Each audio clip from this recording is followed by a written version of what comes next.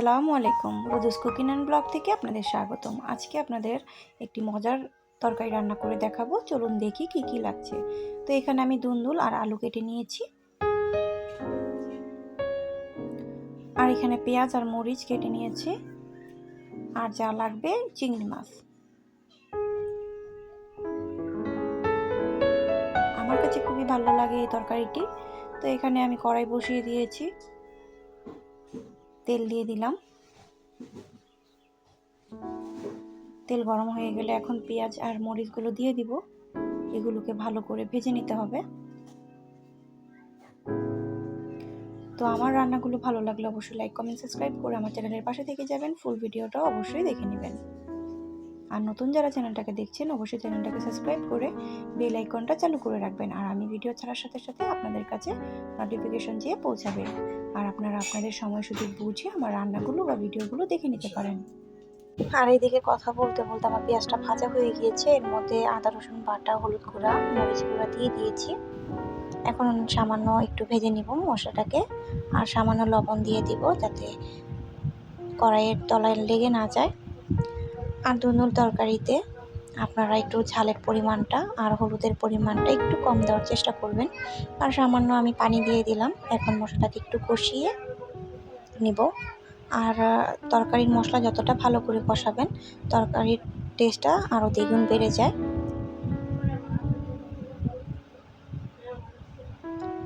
তারপরে এখানে আমি চিংড়ি মাছ দিয়ে দিলাম।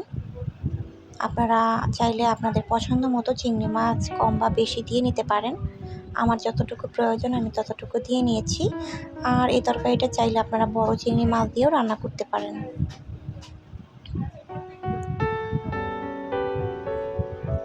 তো চিংড়ি মাছগুলো এখন ভালো করে কষিয়ে নেব।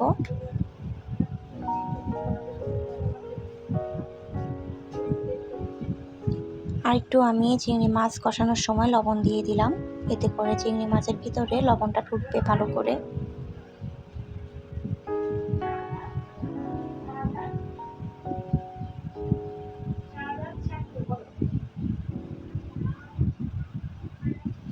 চিংড়ি মাছগুলো কষানো হয়ে গেলে এখানে আমি কেটে রাখা দুন্দুল আর আলু দিয়ে দিব। আমার কাছে এই দুন্দুল তরকারিটা খেতে খুবই ভালো লাগে, তাই জন্যই আপনাদের সাথে শেয়ার করলাম।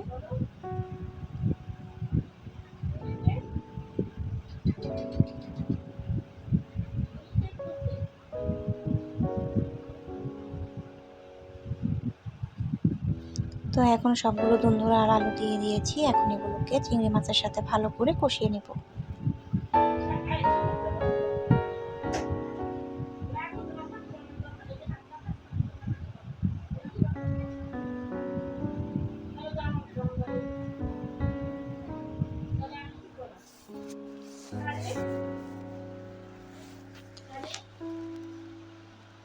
তো দুন্দুল থেকে অনেকটাই পানি বের হয়ে এসেছে।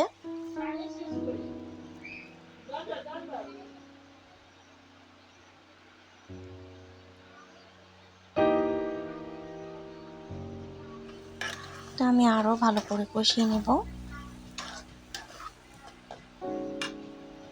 তো কষানো হয়ে গিয়েছে, এর মধ্যে আমি পরিমাণ মতো পানি দিয়ে দিব।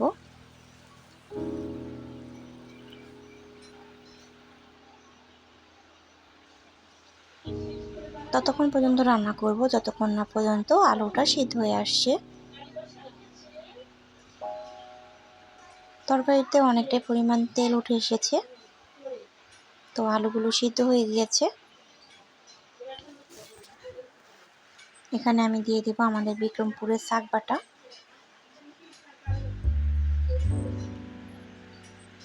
এখন নেড়ে চেড়ে শাক বাটাকে ভালো করে মিশিয়ে দেব তরকারির সাথে।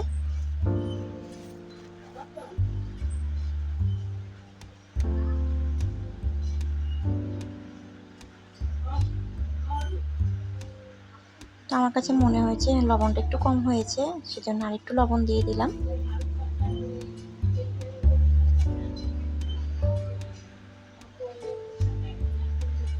দেখুন তরকারির কালারটা কি সুন্দর হয়েছে, খেতেও খুব মজা হয়েছিল। আপনারা বাসায় একবার ট্রাই করে দেখবেন, আর সবাই একটু কমেন্ট করে জানাবেন তরকারিটা রান্না কেমন হয়েছে। তো আজকের ভিডিওটা এই পর্যন্ত। সবাই ভালো থাকবেন, সুস্থ থাকবেন। এই তো বাটিতে বেড়েও আপনাদের সাথে শেয়ার করলাম। আসসালামু আলাইকুম, আল্লাহ হাফেজ।